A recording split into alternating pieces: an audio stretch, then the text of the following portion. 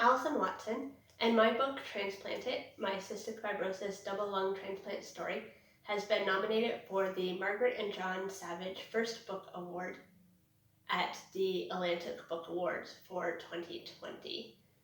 Transplanted tells the story of me growing up with cystic fibrosis in New Brunswick and having to undergo a double lung transplant once I started to have lung failure. I had to move to Toronto to wait for the transplant, and I talk about what that was like emotionally and physically, having to wait for the transplant so far away from my friends and family, and waiting for the procedure when I didn't necessarily know when or even if it was going to happen. It was a really hard decision to make to have the transplant, but ultimately it was successful. And I talk about the recovery process after the transplant, which for me took quite a long time, and was filled with a lot of complications, including one of which was getting cancer. I was diagnosed with post-transplant lymphomarotic disorder, which is a type of lymphoma that some people get after a transplant. So I had to undergo 8 months of chemotherapy for that. And thankfully it was successful and I am in remission. So it is a positive story, and I tried to hopefully successfully use humor as a way to make the story not quite as intense as it sounds. So today I'm going to read just a short chapter of my book where I talk about what it was like once I finally realized that I actually had someone else's lungs inside of me, and just kind of my emotional process as I was working through that. I was still in the hospital during this time, as I had a large wound in my chest because my incision site became infected. So that was basically what kept me in hospital most of the time after my recovery. So I'll make references to the wound, which was the hole after my incision became infected. So I was feeling mostly recovered and ready to start thinking about leaving the hospital. The only thing keeping me there was the giant wound in my chest. I was referred to the plastic surgeons to see if they could do anything to encourage the wound to heal faster. The doctors also didn't want to discharge me without the wound being stable for a few days. The night of the blood, which I talked about before, was something else that happened, made them quite jumpy. My new lungs were stable, and apart from some minor fluid issues and the fact that I couldn't cough effectively, it was smooth sailing. I admit I didn't spend much time thinking about them.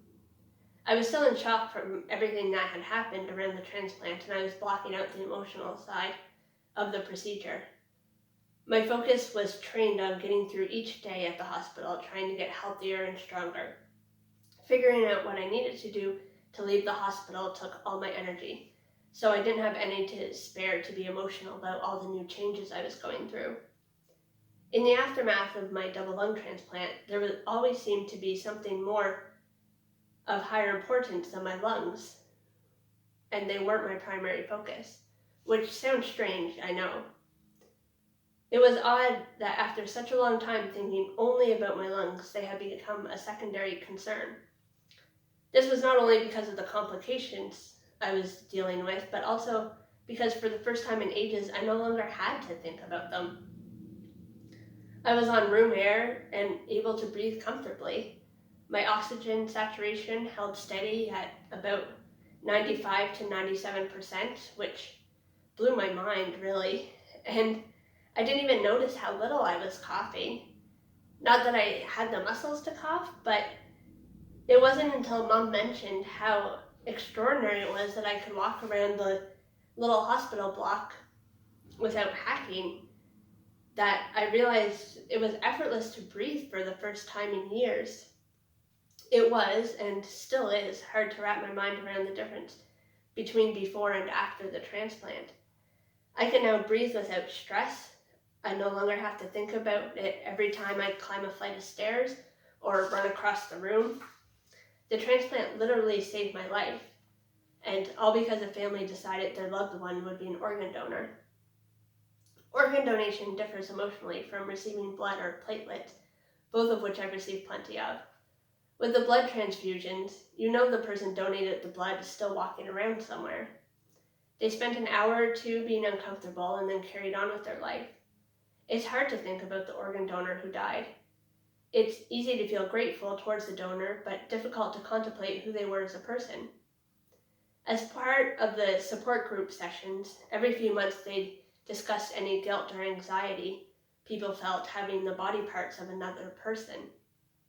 I don't know if many people had trouble with this because I wasn't able to go to the support sessions, but it seemed to be talked about often enough that it must be an issue for some recipients.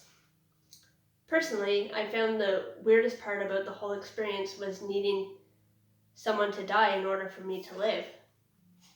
I found it especially uncomfortable when people said they were praying for me to get lungs because it was difficult not to see that as praying for someone else's death. And I know that was not the intention of those people, but it seemed like while they were praying for me to get lungs, another family was hoping their loved ones would wake up from a coma.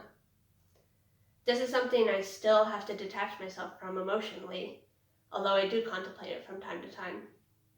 It's complicated to know that the reason I'm alive is someone else died. I found the notion especially uncomfortable around Christmas when people at physiotherapy would make well-meaning comments about Santa delivering lungs or wishing for a Christmas miracle. I couldn't stop thinking about how those wishes meant some other family would have a loved one die around the holidays. Pragmatically, I know that when I was wishing for a transplant, I didn't mean I was actively wishing for another person to die. I know I was benefiting from someone else's death and I wasn't the cause of their death, but it still made me feel weird while hoping for the transplant. As the waiting year wore on, the different months would make me think about who would be dying that month.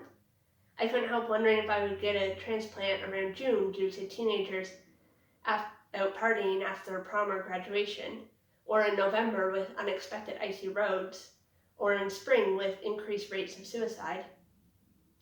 I would think about it and then immediately feel bad, but still hopeful that maybe I would get lungs that month. It was so complicated. And due to the Trillium Gift of Life Network Act in Ontario, the entire process is anonymous, although there are some stories of people finding each other. And it's not anonymous in the United States, so people there tend to know who their donor or donor family was. And it's a lot easier to track people down these days thanks to the internet. My transplant happened around the time that former Toronto Maple Leafs coach Pat Quinn died, so my family had some theory I ended up with Pat Quinn's lungs, and that meant illogically that I would become a hockey coach. My family was very tired that first week of my surgery.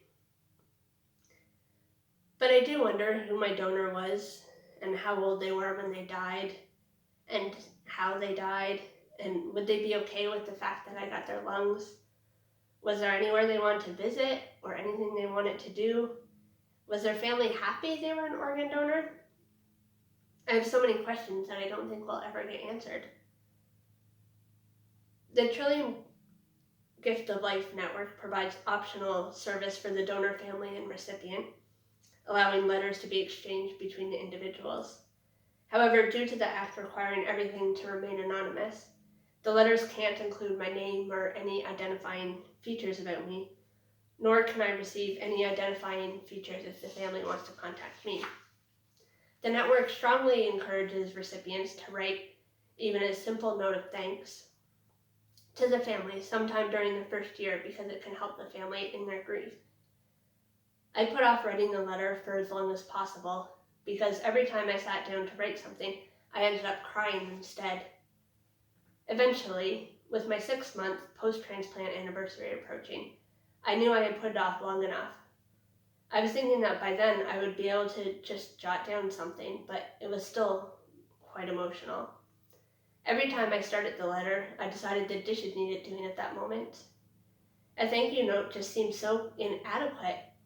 How do you find the right words to express gratitude for being alive? I did eventually write something because I figured the family would appreciate hearing their decision not only saved my life, but brought me a quality of life that I had hardly been able to imagine pre-transplant.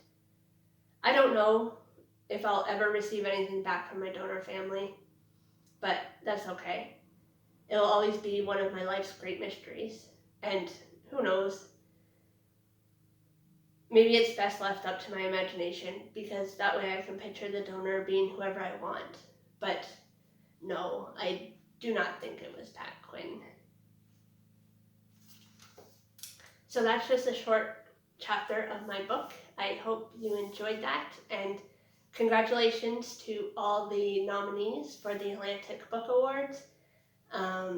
Hopefully after this pandemic is over, we can get together and celebrate.